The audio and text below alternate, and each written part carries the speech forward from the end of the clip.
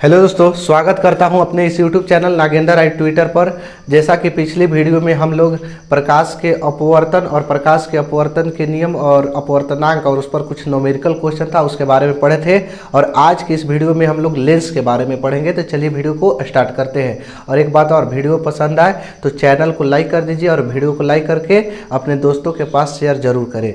चलिए तो लेंस को बताते हैं कि लेंस क्या होता है। तो देखिए लेंस क्या होता है, तो यही बोलिएगा कि दो ज्यामितीय सतहों से घिरे हुए पारदर्शी माध्यम को लेंस कहते हैं। यानी लेंस पारदर्शी माध्यम होता है जिसके आर पार देखा जा सकता है। ठीक है, क्या है कि दो ज्यामितीय सतहों से घिरे हुए, दो गो सतह होना चाहिए ज्यामितीय रूप में, और उनसे घिरे हुए पारदर्शी माध्यम होना चाहिए, उसी को हम क्या कहते हैं, लेंस। अगर हम दो गोले को ले ले जिस जो पारदर्शी माध्यम हो, अगर दोनों को एक दूसरे में सटा कर रखे तो एक दूसरे को जो प्रतिच्छेद करेगा तो एक तरह से इस तरह के डायग्राम बनेगा। इसका नाम धर दिया गया है उत्तल लेंस। अगर इस दोनों को अलग अलग हम गोले को रखें तो इस तरह की आकृति बनेगा। इसको जब मिला देंगे तो इसको कहेंगे अवतल लेंस। यानी कि कह सकते हैं कि जो लेंस का प्रकार होता है, लेंस मुख्यतः दो प्रकार के होता है। कौन कौन होता है? एक होता है उत्तल लेंस जिसको इंग्लिश में कहते हैं कन्वेक्स लेंस, और एक होता है अवतल लेंस जिसको कहते हैं इंग्लिश में कॉनकेव लेंस।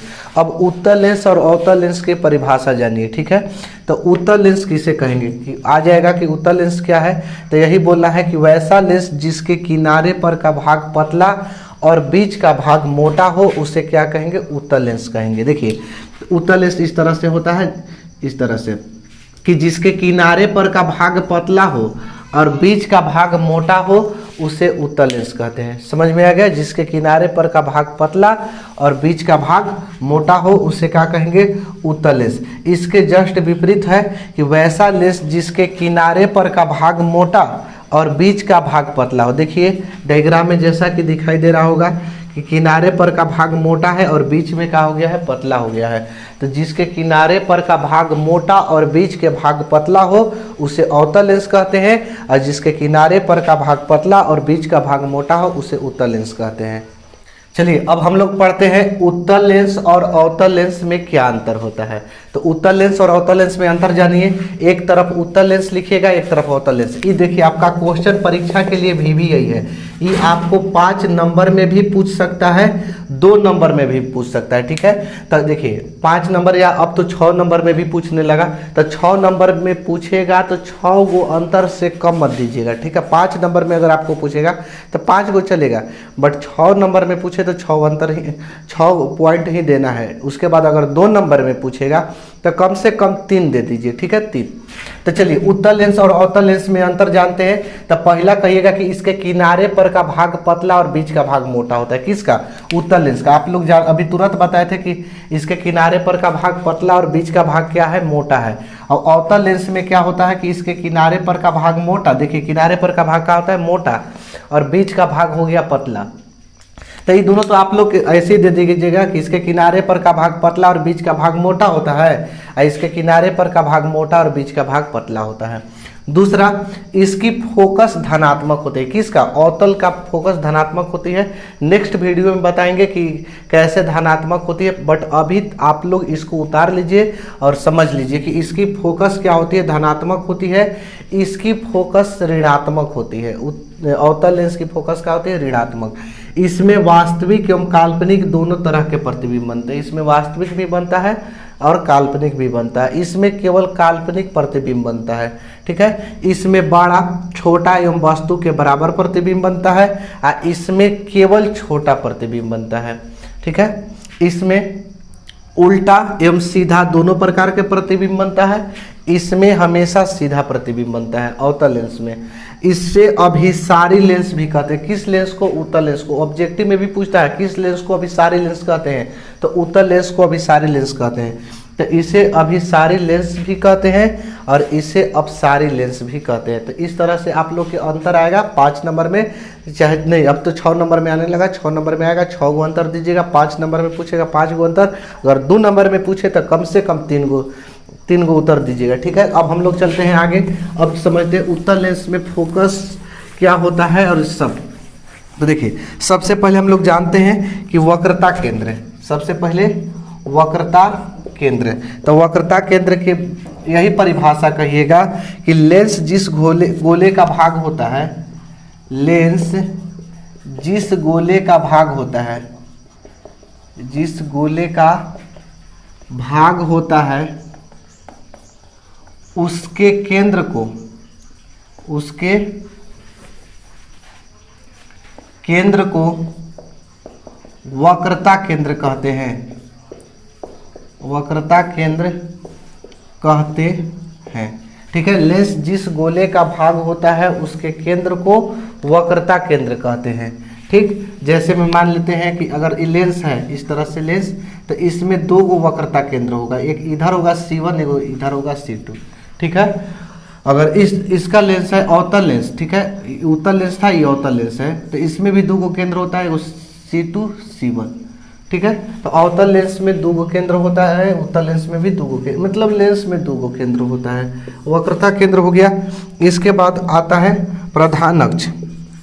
प्रधान अक्ष ये कहिए चाहे मुख्य अक्ष कहिए, दोनों एक ही होता है, या इसको कह सकते हैं मुख्य अक्ष। तो प्रधान अक्ष या मुख्य अक्ष किसे कहते हैं? तो दोनों लेंस के वक्रता केंद्रों को मिलाने वाली रेखा को, लेंस के वक्रता केंद्र के मिलाने वाली रेखा को मुख्य अक्ष कहते हैं या प्रधान अक्ष कहते हैं। लिख देते हैं मुख्य अक्ष कहते हैं।